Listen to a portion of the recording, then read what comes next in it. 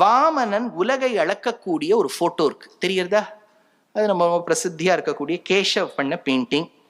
அந்த வாமனன் உலகை அளக்கும் போது மேல சதுர்முக பிரம்மா கங்கா ஜலத்தால திருமஞ்சனம் பண்ணி விடுறது உங்களுக்கு தெரியுது. அந்த திருமஞ்சன தீர்த்தத்தை தன்னுடைய சிரஸ்ல இருக்கக்கூடிய ஜடா கலாபத்துல சிவபெருமான் தாங்குறார். அது தெரியுறதோ? தெரியுது. இப்ப அந்த பக்கம் பார்த்தேன்னா அந்த போட்டோல ராமர் பின்னாடி எல்லாரும் கொஞ்சம் கவலையில இருக்கா, காட்டுக்கு போகணுமா வேண்டாமா. அப்போ பெருமாளுடைய பாதுகைகளை பரதன் கேட்கிறாப்புல ஒரு போட்டோ இருக்கு, கரெக்டா? இப்ப லெப்ட் ஹேண்ட் சைடு வாங்கோ. விஷ்ணு நாராயணன் அவர் பாதத்திலேந்து உற்பத்தமான கங்கையை சிவபெருமான் ஜட்டையில் தாங்கினார். சிவனுடைய அனுகிரகத்தாலதான் ஸ்கந்தமூர்த்தி முருகப்பெருமான் தோன்றினார். இது எல்லாமே ராமாயணத்துல இருக்கு.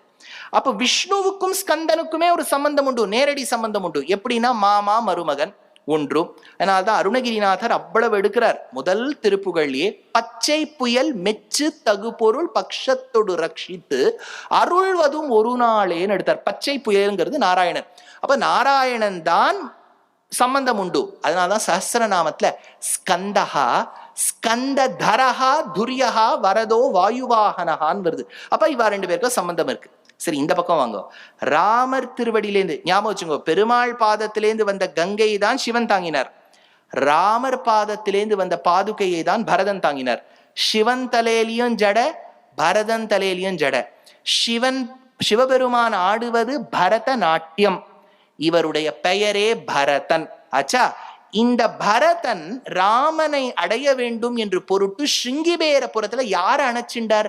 குஹப்பெருமான அணைச்சிண்டார். குஹன் யாரு? ஸ்கந்தனுக்கு இன்னொரு பேர் குஹன், கரெக்டா? அப்படின்னா ராமனுக்கும் குஹனுக்குமே சம்பந்தம் உண்டு. எப்படி விஷ்ணுவுக்கும் ஸ்கந்தனுக்கும் சம்பந்தம் இருக்கோ